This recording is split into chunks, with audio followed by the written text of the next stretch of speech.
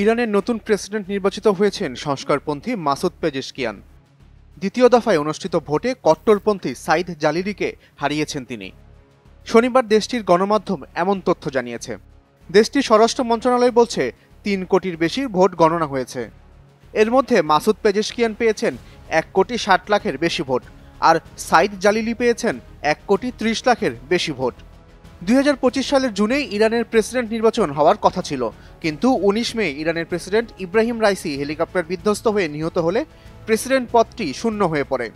ফলে আগাম নির্বাচনে যেতে হয়েছে দেশটিকে। সংবিধান অনুযায়ী ৫০ দিনের মধ্যে নতুন নির্বাচন আয়োজনের বাধ্যবাধকতা রয়েছে।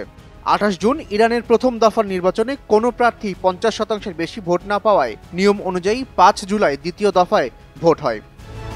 প্রথম দফার ভোটে প্রথম ও দ্বিতীয় অবস্থানে থাকা মাসুদ পেজেশকিয়ান ও সাইদ জালিলি এই দফায় প্রতিদ্বন্দ্বিতা করেন।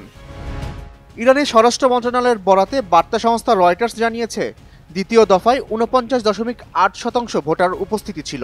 ৬৯ বছর বয়সী মাসুদ পেজেশকিয়ান পেশায় একজন হৃদরোগ বিষয়ক সার্জন।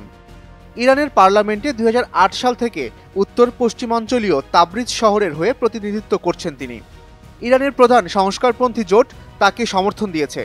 মাসুদ পেজেশকিয়ান সমর্থন পেয়েছেন সাবেক ২ সংস্কারপন্থী প্রেসিডেন্ট মোহাম্মদ খাতামি ও হাসান রুহানিরও।